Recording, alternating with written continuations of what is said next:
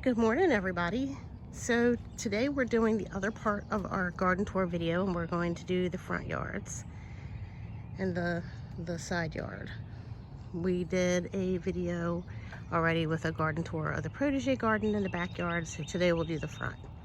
We're in the middle of projects, so as you'll see, like here we have some cattle panel for trellises for the tomatoes. So things are just kind of laying around and disorderly, but that's the life of gardening, right? All right, so this is what we call the romance garden. And I actually have some annuals I'm putting out here this year. I'm getting ready to do that after I do this video. What we have going on in here so far is a ton of sweet woodruff. Now this is one plant that goes all the way around here. We also have some weeds back here. But I also have a problem with snakes in here. Now this is my penny mac hydrangea. And as you see, like, it's got a ton of leaves because every time I try to clean under there, snakes come out. I don't know. So I want to plant something really tight and low growing around here. Right now I have the lamium and the sweet woodruff, but I'm thinking like thyme, because thyme is so tight and low growing, nothing's really going to be under it, and I can see what's going on around the plant. So that's a project for when I get a little bit more brave, but not today. This is a random boxwood that's just here for now until I figure out where to put it. Typically we have a fountain here. We've moved it around front, but we're putting a new fountain here. So a new fountain will go there, but right now that's just sitting there where, so I know, like, I can visually see something's supposed to be there. Here we have a Rose of Sharon that I don't know the variety. It was like some French sounding name, but I can't remember what it was. I never can remember it. I've had it for a few years now. Here we have the Proven Winners Wee Hosta. Right here we have some lamb's ear coming back. And over here we have silver gumdrop heuchera, I believe. More pink lamium. Back here we have, is it Billingham or Bingingham? Billingham. Beauty Astilbe. Foamy bells, I don't know the variety. More of the same Astilbe. And there's more of the sweet woodruff. Here we have a little teeny Japanese maple that I got at a big box store that did not have any tag other than Japanese maple. So this is year number 2 for it. I moved it from a pot in the backyard to here this year, last week. Here we have Rainbows in Hosta. I need to get out my bug and slug because something's already starting to eat this, it looks like. The Bonide bug and slug works so well, guys. If you have a problem with hostas, like things eating your hostas, snails, slugs, whatever, use it. It works. Use it like once, maybe twice, and it works all season. Here we have a Bronera. I don't know the variety. It's getting its little flowers. Isn't that so sweet? Oh, it's just so fresh. Like, this is a shade garden, so there's not a lot of variety or color, I feel like.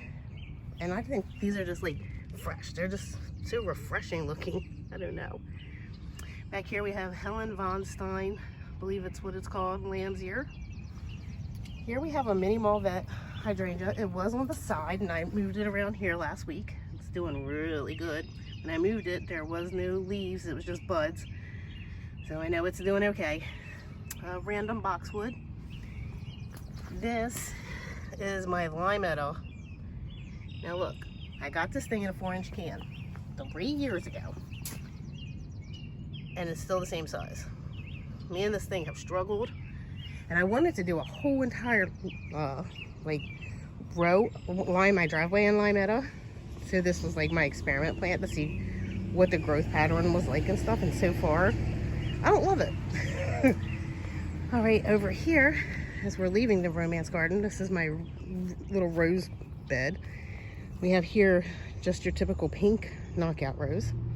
This is a mother of pearl, and this is Chicago peace. Chicago peace, yeah. And then, so I'm going to continue this line, and then down all the way at the bottom here, I'm going to put a weeping willow, because this stays saturated all the time. I don't know what's wrong with it, but there's a big problem. So the weeping willow will help with that. Yeah, so it was down the driveway. I wanted to do on both sides those limetas, but now I think maybe Bobo, but we'll see. This is a yellow rose. It's like a creamy color. It was here when we got here, and it was really scraggly and sad. And last year, Travis made these obelisks, and it has really flourished since he made these, because it was a climbing rose and it just needed to do its thing. So it's looking great. Going over here to the front, here we have just the bright fuchsia looking pink knockout rose. We've got a tater tot arborvitae, wee white hydrangea, and another tater tot. In here around the tree, I'm going to put super petunia, either Vista bubblegum, Vista silverberry, Vista snowdrift, or Vista paradise, because I have like 4 of each of those. So that's what's going to go there. Last year I did paradise and snowdrift, and it looked so good, but I like to change it up. I don't want it to always be the same, so we'll see. This is new this year. So usually this is full of annuals. This year we put down landscape fabric and mulch. We brought the fountain that I was saying was over on the other side to the front here. It's not running yet because we've lost the pump, and I just ordered another one. So it'll be here in a couple days. Around it we have incredible hydrangea. I'm hoping they do better this year. Last year they just flopped so much that I thought I was definitely going to move them. So we'll see what they do this year. I have ordered Sprinter Boxwood to go all along the edge here, all along there. And so I'm waiting for them to come from proven winners. And then around the fountain itself, I'm putting Nepeta, Walker's Low Nepeta, which is also called catmint, and let's see what it is. If you come up here, you can see all my lovely plant start babies. They're in the process of being hardened off. Out here we have tomatoes, peppers, herbs, and I believe when we counted, we have 300 flowers out here that I started from seed. Then I also have a few things that I purchased from the garden center, which is here. So let's see what we got. Blue Wonder catmint. Is this the same? No. And well, I don't. Oh, Six Hills Giant. Did I know that? I don't know. I might not have been paying attention. We'll see what happens when they go to their planted. Then I have here is my begonias that I'm going to plant over in the shade bed there to this video. And some more begonias and a coleus and some Dusty Miller for some contrast. Random fern, don't know the variety. Same with the random dahlias, they need to get in the ground. They're fizzling out. Kimberly fern. All right. Down here we have our thyme patch with a creeping thyme. And this is what I was saying that I was thinking maybe of putting over on the other side, because as you see, like, it grows really low. Pretty tight. If anything's going to be in it, it's going to be on top. Here I usually do this with like petunias. This year I think I might do succulents in this, because everything else always suffers. So I'm going to try succulents, because when the weather gets warm, this is full sun all day. Like all day.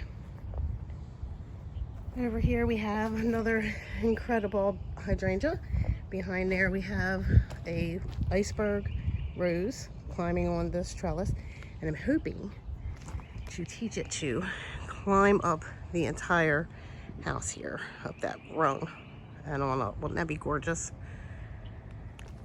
This is a climbing rose that was a Joseph's Cove rose. I guess it was a grafted rose, and it died because randomly last year it was a dark red, like old-fashioned rose. So that's what we have. We've got a lilac that needs to get in the ground. Then here we have some sedum. I always say it's autumn joy, but I'm not 100% sure on that because it's a little bit tighter than your typical autumn joy. They're usually like bigger. Sorry, that's Duncan. And we have a slug. Look at this.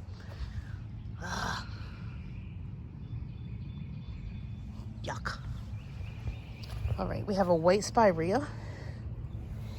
This is winter sowing projects. So winter sowing is basically where you cut open a jug, you put your soil and your seeds in there and label it and water it and then let it go.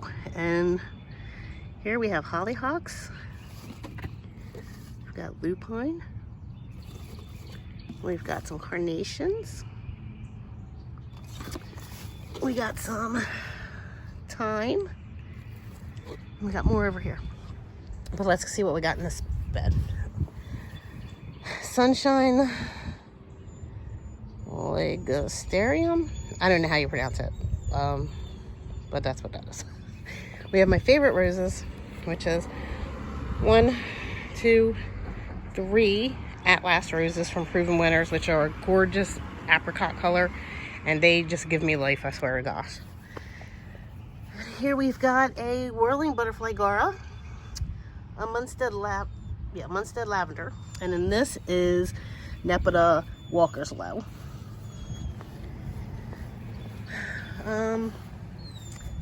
Blue Storm Cloud Armsonia, maybe is how you say it.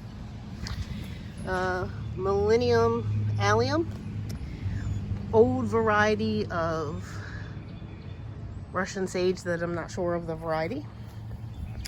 This is my Firelight Hydrangea. I'm really excited about this. I wanted one for a long time, so I got this at the end of the season last year, so I'm really excited to see what it looks like.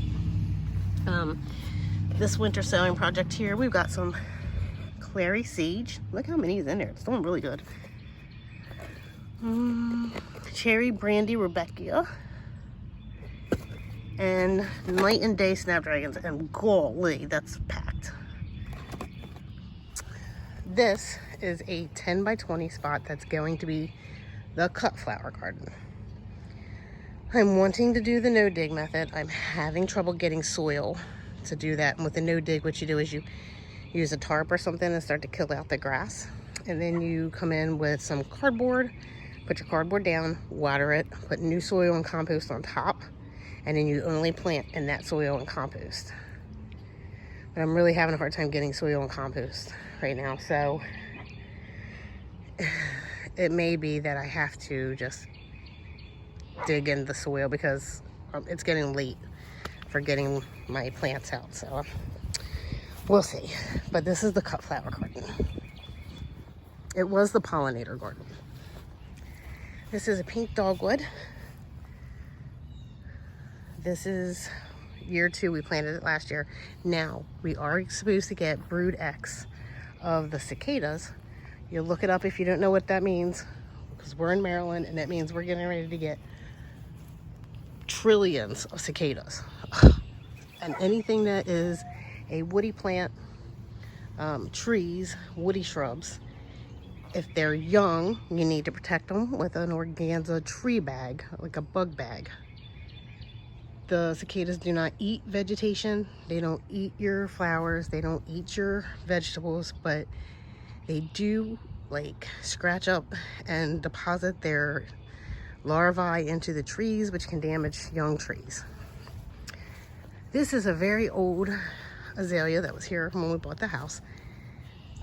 It's massive, massive, massive. This year I'm probably going to cut it way back. It's probably going to look horrible because it does not look really good in there at all. But it really needs it. It needs to probably come out actually. But here along this fence line is going to be sunflowers or dahlias. I don't know. And like I said in the previous protege garden video, I would like to do just rambling roses all along here and just spilling over the top and like sticking out through the rungs. Oh God, the romance of that just, it gets my heart. And then we're back here to the backyard garden where we left off with the last video, and a Duncan Duncan. He's the garden guardian. Huh, buddy? Yeah. But that's it. Not much going on, you know. I forgot I have some honeysuckle growing up. This is Sensation honeysuckle from Proven Winners. I'm also gonna grow some sweet peas up that, I think. But yeah, not a whole lot going on right now. A lot of projects in the works. I'd like to line the entire bottom of my yard with hydrangeas or roses. Well, wouldn't that just be romantic? But, you know, we live in a neighborhood. People walk this stretch every single day. They let their dogs walk this stretch. I've learned from having these roses down here at the bottom. People just let their dogs pee on them and stuff, and it really puts a lot of stress on the plants. Maybe I could plant a little further up in the yard, but it's also hard because we live on this really massive hill. So we'll see what happens. You know, like I said, always lots of projects going on. And I'm gonna be cutting projects short this year because for the 4 to 5 weeks that the cicadas are out, I'm not gonna be out here. But until next time, we'll do another video soon so you can see the progress and how things are developing. Until next time, bye-bye.